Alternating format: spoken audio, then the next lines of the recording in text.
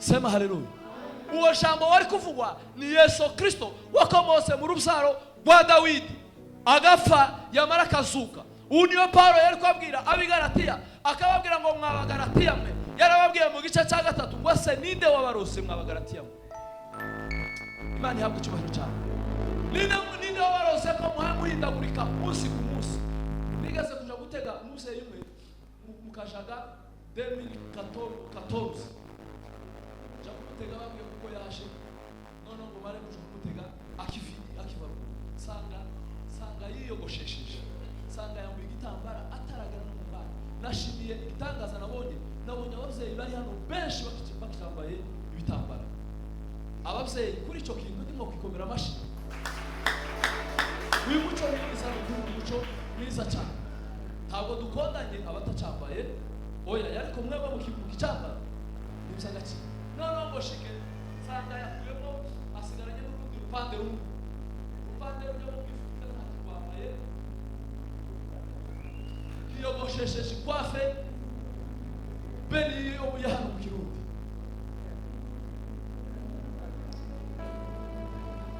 Imana tubabarire cyane. No ndamwitegereza ndavuga ngo uyu aje kumarira umwaka yageze mu ngambi yatibutse Imana we nikamutiza nk'udufara ahazongera ati tuzuba. Bwana sifiwe sana. Amategeko ngo yari yarababase abayahudi yarabacinyije cyane ngo ntibabashe gushikira ubwiza bw'Imana. Paulo arababwiriza bakura muri ubwo bubata bava mu mategeko umwuka wera arasa bakira imbuto z'umwuka bakira umwuka wera abantu ngo barasambuka bagera ku rwego rwiza. Ariko ngo haboneka abagabo b'abafarisayo ngo bashingura imbuto Paulo ngo yari yarabateyemo zarabateye kumenya Imana. Abagenda ngo bose bateruramo ibya Paulo ngo babikuba n'ubusa kandi ngo bazaga babikuba n'ubusa n'abaga bafite icyo bashingiyeho bakavuga ngo se amategeko yacu y'idini ryacu rya Judaism. Uyu mugabo Paulo utarabanye na Yesu Kristo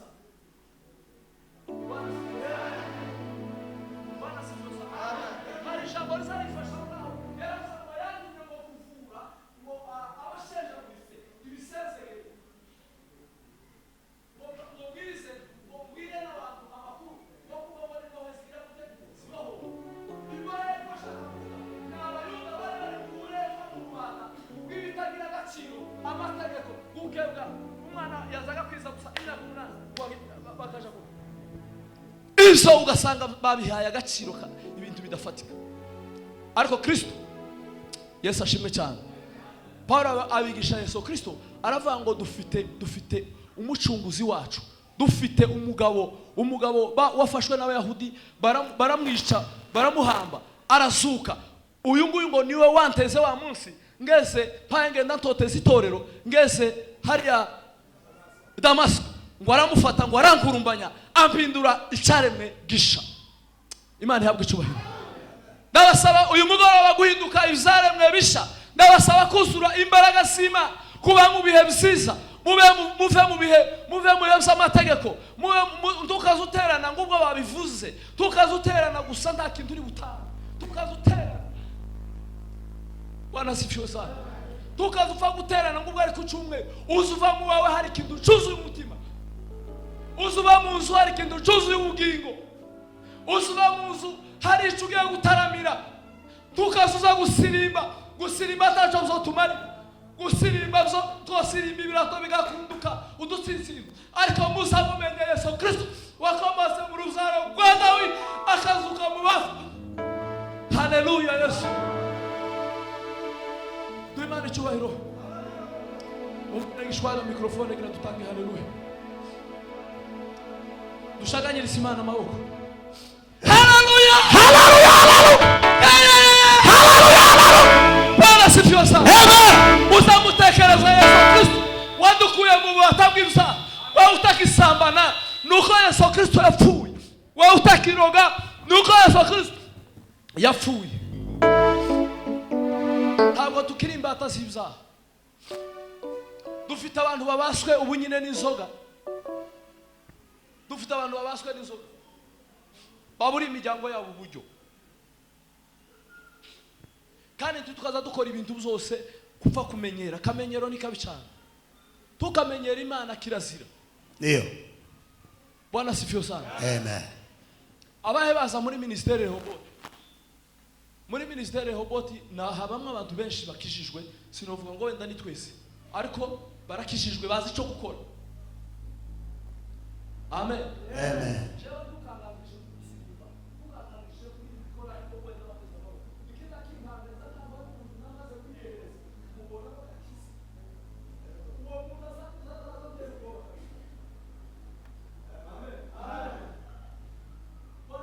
Amen.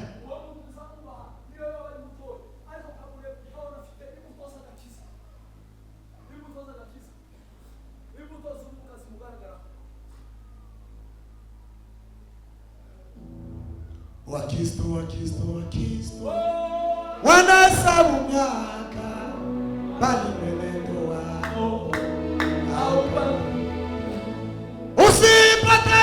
usipoteze bure wokovu wako, chunguza moyo wako Bwana anaita. Usipoteze bure wokovu wako, chunguza moyo wako. Bwana sifiwe sana. Haleluya. Nifuza kwezwa n'amaraso ya Yesu. Nifuza guhinduka inzara mwabisha. Para aravuze ngo shewa singikira tiki, singikira tugoko, singikira takuba mu Yahudi, singikira tanicyo mwana mutekereza ko cyo gikomeye. Bitanira tadira tumusaraba wa Yesu Kristo. Haleluya. Mwashaganyiriza Imana amaboko. Imana ihabwe icyubahiro. Nta kindi ushobora kwirata. Nirata agakiza ka Yesu Kristo. Yesu Kristo wantaburuye, wakuye mu bubata bw'ibyaha, wampinduriye izina, twahinduriwe izina. Urwandiko rw'imihango rwaturegaga ibyaha byose yasanze byaratubaza ngo yabihindurishije, yabizimishije amaraso yiwe. Bwana sifiwe sana. Yesu Kristo yagiye kubambwa ku musozi w'ibivume. Umusozi wasa kuja kubambirwamo abasuma, abibyi, abajura bakomeye.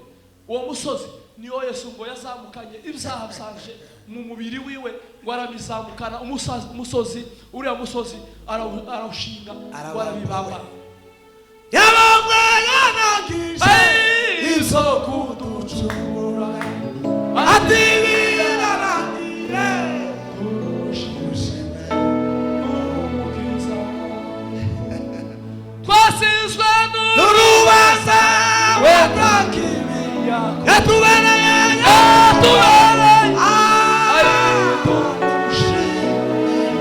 n'umukiza. Bwana sifiwe sana. Baba we tekagira umuhungu uzoza ugukanga ngo asikuririmba ngo asikubekinga ngo harukundu ngo ashoboye ngo harukundu azagira. Uzoza ukanga n'ingeso Imana. Kandi uwo jambo ngo yari Imana, ngo nta kintu na kimwe ngo kitaremwe nawe. Sema haleluya. Uwo jambo wari kuvugwa ni Yesu Kristo wakomotse mu rubyaro rwa Dawidi, agapfa yamara akazuka. Ubu niyo Paulo yari kwabwira abigaratiya, akababwira ngo mwabagaratiya mwe. Yarababwiye mu gice cya 3 ngo se ninde wabarose mwabagaratiya mwe. Imana ihabwe icyubahiro cyane. Ninde wabarose ko muhindagurika umunsi ku munsi. Nigeze kuja gutega umuseye umwe mukajaga 2014 ja kumutega bamwe kuko yaje none ngo bare kuja kumutega akiva sanga yiyogoshesheje sanga yambaye igitambara ataragana no mubana nashimiye igitangaza nabonye abavyeyi bari hano benshi bakitambaye ibitambara abavyeyi kuri ico kintu ndimo kwikomera amashi uyu muco mwiza n'umuco mwiza cyane ntabwo dukondanye abatacambaye oya yariko mwebwe mu kicambara nibyo agaki none ngo shike sanga yakuyemo asigaranye n'urundi rupande rumwe rwo mu kifuka ntakwambaye yiyogoshesheje ikwafe beni yo yahano mu Kirundi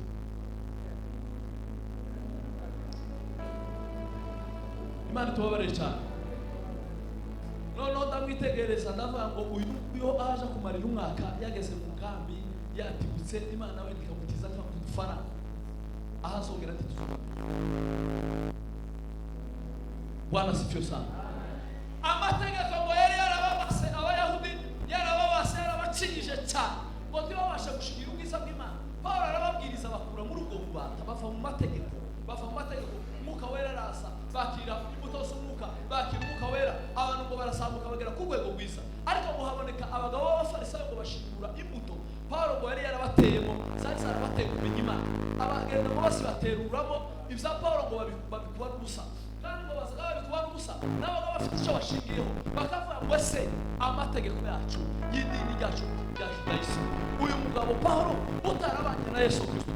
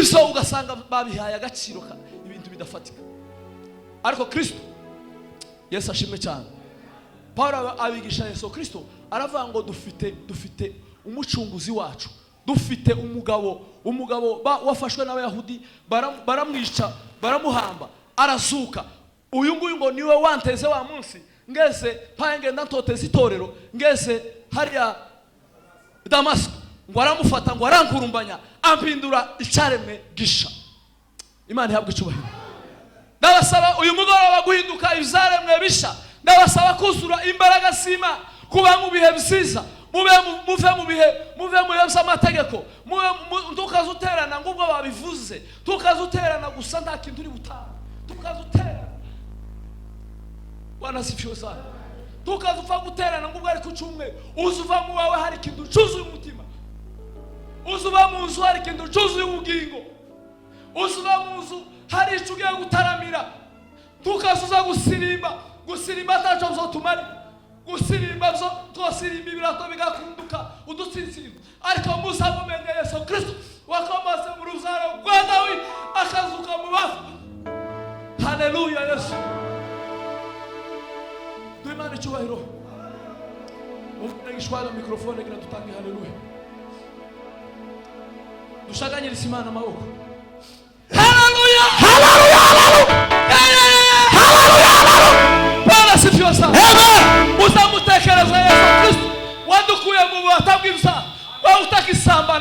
nuko Yesu Kristo yapfuye. Wowe utakiroga nuko Yesu Kristo yapfuye.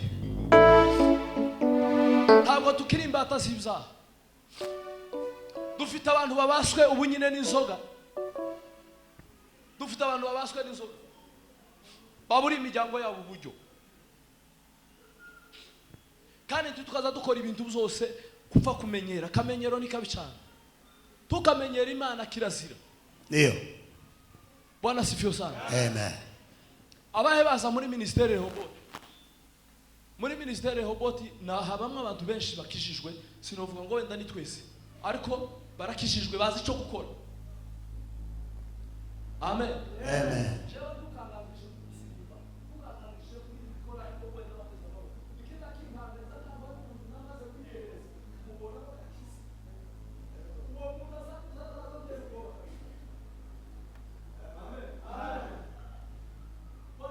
Amen.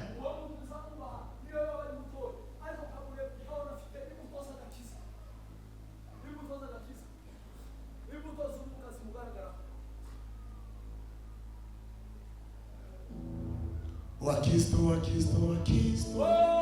wanasabu miaka bali mwenendo wao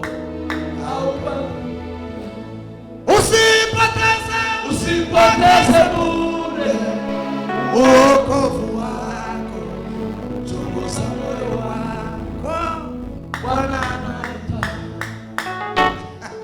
Usipoteze bure wokovu wako, chunguza moyo wako. Bwana sifiwe sana. Haleluya. Nifuza kwezwa n'amaraso ya Yesu. Nifuza guhinduka ibyara mwabisha. Paulo aravuga ngo shewa sikikira tiki, sikikira tuboko, sikikira takuba mu Yahudi, sikikira tacho mwanga mutekereza ko cyo gikomeye. Bitanira tadira tumusaraba wa Yesu Kristo. Haleluya. Ngoshaganyiriza Imana amaboko. Imana ihabwe icyubahiro. Nta kindi ushobora kwirata. Nirata agakiza ka Yesu Kristo. Yesu Kristo wantaburuye, wakuye mu bubata bw'ibisa, wampinduriye izina, twahinduriwe izina. Urwandiko rw'imihango rwaturegaga ibyaha byose yasanze byaratubaza ngo yabihindurishije, yabisimishije amaraso yiwe. Bwana sifiwe sana. Yesu Kristo yagiye kubambwa ku musozi w'ibivume. Umusozi wasakuja kubambirwamo abasuma, abibyi, abajura bakomeye. Uwo musozi niyo Yesu ngo yazamukanye ibyaha byanje mu mubiri wiwe, ngo arabizamukana umusozi. Uriya musozi arawushinga, warabibamba. Yabambwe yanangije izo kuducura, atibira nangire urushimwe n'umukiza.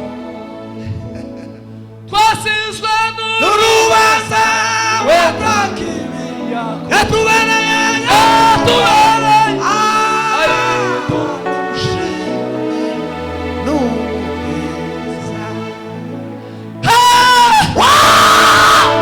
sifiwe sana.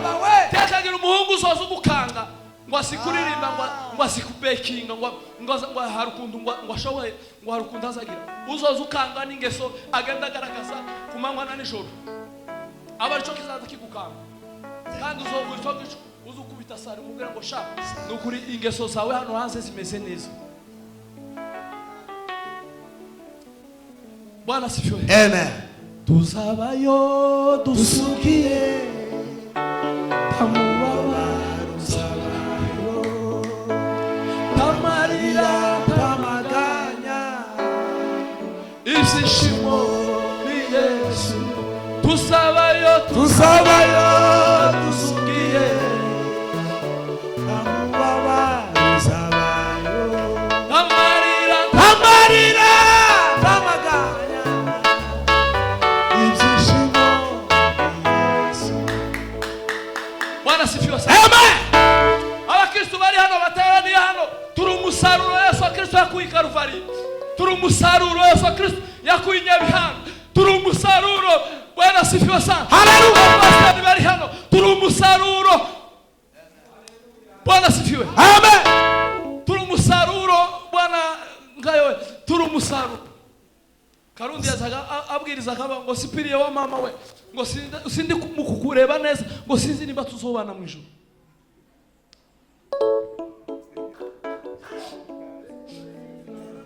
Ninasiri na Yesu yanifanya niwe jasiri. Kwa manina enda abwira Elisa umugaragu w'Imana, aramubwira ngo umugabo wanje yari ndakemwa, yari umuntu wahagaze neza mu murimo w'Imana, wakoze imirimo yiwe neza arayisoza. Ngo arangiza aravuga ati no yarapfuye ariko yasize ideni.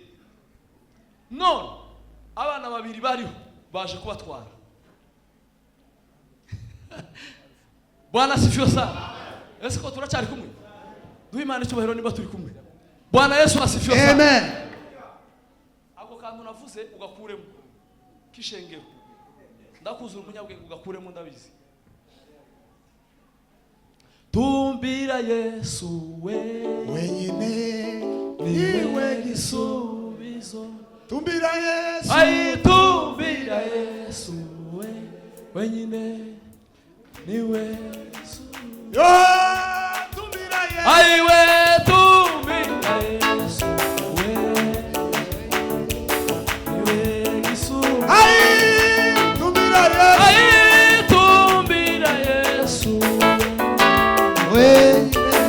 niwe gisubizo. Aramubwira ngo abana bagiye kubashana kandi ngo bagiye kubagira ingwate, bagiye kubagira imbata. Ariko lakini ise w'abana wa mugaragu w'Imana we Elisa, untegere neza, ise w'abana yubahaga Imana. Yubahaga Imana. Amen. Ise w'abana Yubaha Imana. yubaha Imana. Abantu bakora Imana basiga monima, basiga trace. Iyo bibaye ngombwa abantu bakoze neza basabibukwa, bashiraho amatariki yo kubibuka. Abagabo bakomeye muri iyi si basabibukwa. Ndio. Abagabo bakomeye basabibukwa. Noneho Elisa umugaragu w'Imana aravuga ngo asuvuze gute? Aramubwira ngo navuze ngo umugabo wanje yubahaga Imana. Nico kintu gikomeye. Elisa ngo aramubwira ngo none urashaka ngo ngufashe iki? Bibiri iravuga ngo uwo abazo umugore ngo se ufite iki? Niko ufite. Aramubwira ngo mfite utuvuta dukeya. Duke cyane. Duke. Elisa aramubwira ngo utwo nyine utwo tuvuta nutwo. Genda utira ibintu byinshi. Ushire mu nzu. Wikingirane. Nurangiza kwikingirana n'abana bawe. Ufata utwo tuvuta ugende udonye umutonyi muri ibyo bintu byose watiriye. Yakubita umutonyi gute? Ibintu biri kuzu. Yakubita mu kirinda. Kikuzu. Yakubita mu ibasa. Ikuzu. Bwana asifiwe sana. Amen. Yakubita mu ndobo ikamigira ukikuzu. Kandi ayo mavuta ahayagira na amavuta y'agaciro asagurwa amafaranga. Ariko avuye he? Avuye ku ijambo uyu mugore yamubwiye ngo umugaragu wawe umugabo wanje Yubaha Uwiteka. yubahaga Imana. Nimba wubaha Imana abana bawe ntibazomara ndabigutangarije none kuri mugoroba. Nimba wubaha Imana, nimba uzukorera Imana neza nimba utima. Hari abantu badatinya Imana ku mafaranga, hari abantu bazabagenda gusa abo sabaha. Ariko ndashaka kubatangariza ngo nimba wubaha Imana nupfa, nimba uriho ka musore aherutse kuvuga ijambo yaravuze ngo nta mukozi w'Imana wese wakoreye Imana ngo abiwabo bazomara. Twavuga ngo haleluya. Yesu ashimwe cyane. Amen. Iwabo ntibazomara. Ntibazomara umuntu wese wasenze Imana mu kuri no mu mwuka ndabarahiriye iwabo ntibazomara. Umuhungu wasirimbye neza agasirimba ari mu mwuka, agasirimba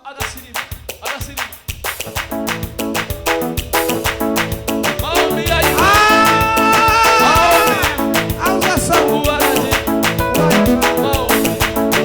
maombi ya imani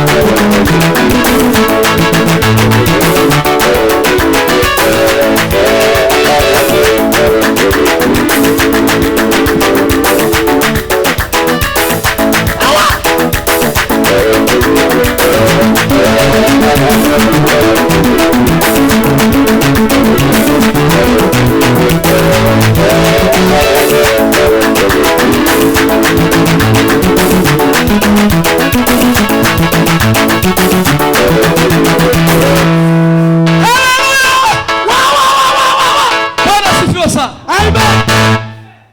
Yesu ashimwe cyane. Mwikingirane n'abana bawe, nimumara murebe ibitangaza Uwiteka ari bubasanire. Murebe ibitangaza Imana iri bakorera. Wowe gusiza ubaha Imana, ibindi ubireke. Tukazujari kandi tukazugenda ni fieri ngo ufite umugabo. Kuri uyu mugabo nawe ashizweho n'Imana. Amen. Hari abantu bapfuye n'ubukene bagowe kandi bafite abagabo.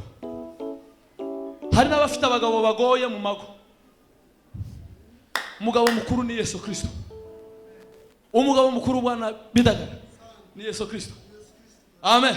Iso yo bahari ato bahari aragowe. Abagiye muri Amerika amateraniro ni make cyane, ariko umuntu utunze amasengesho yiwe yabwiherewe. Rehoboti, aba Rehoboti bari hano tuwe nk'abazamura Imana icubahiro. Hariho n'abandi birubura ibyo aribyo byose, niko umwuka hayambwira. Bwana sifiwe sana. Amen.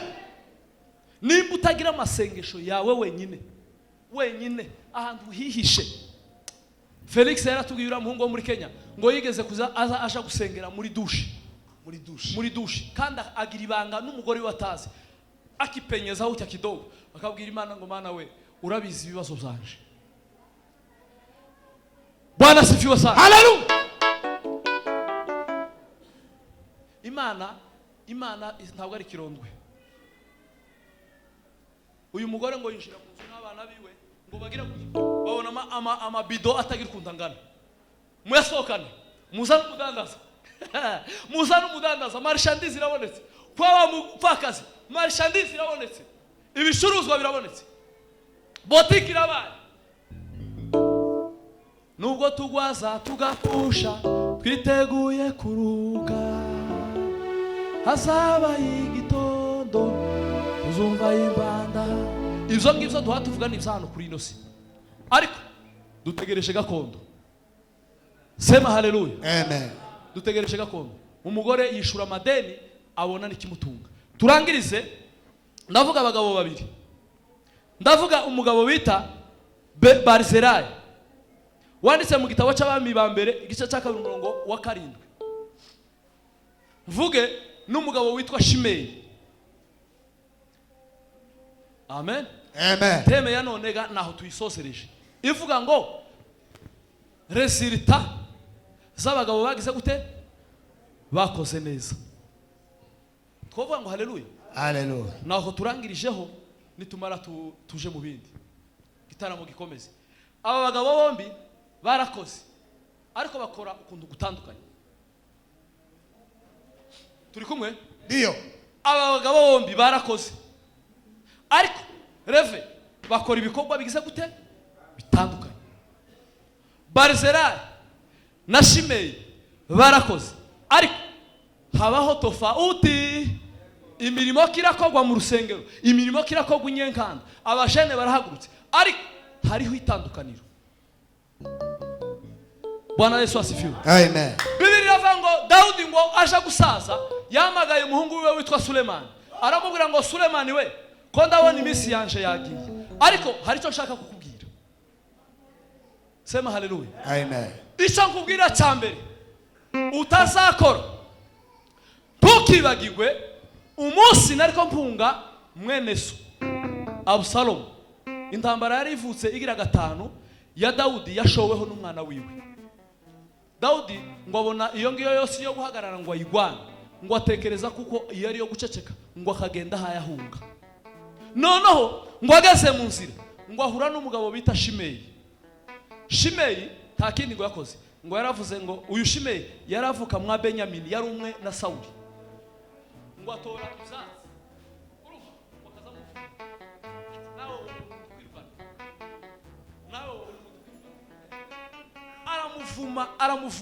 aramuvuma avuma Dawudi. Dawudi abwira Salomo, aramubwira ngo Salomo mwana wanje, ngo ntukareke imvi za Shimeyi ngo zimanukire ikuzimu ngo zitarimwe amaraso. Igihembo arasara aramubwira ngo Barizerayi, ngo igihe nariko mpunga mwene nyoko uyu Barizerayi ngo yamfashe neza arangaburira ambana ingabo zo kundinda, ngo ntukareke kumugirira neza. Nimukomere Imana amashi. Imana ihabwe icubahiro. Tukibagirwe kugirira Barzilai neza, kubera ko umunsi nari ngoswe n'ingabo za Abusalomu mwene nyoko mwene so, ngo hari ico uyu mugabo Barzilai yakoze. Gishwa hari abantu bagize ico bakora. Twebwe none ntitwa tuvuga ngo abagize ico bakora cyane nabi ngo tubishuri nabi.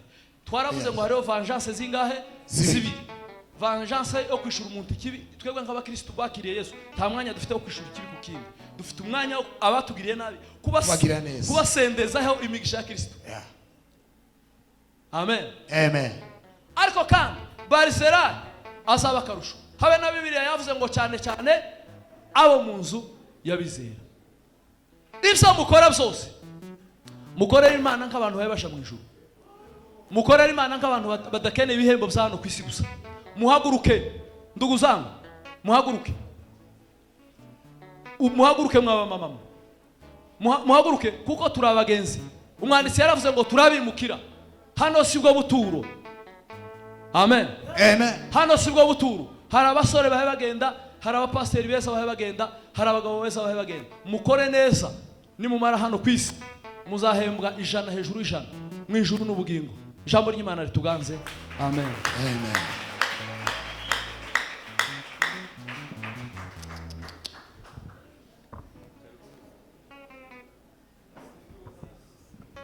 Twongere mashimeshi ku ijambo ry'Imana. Arakoze cyane.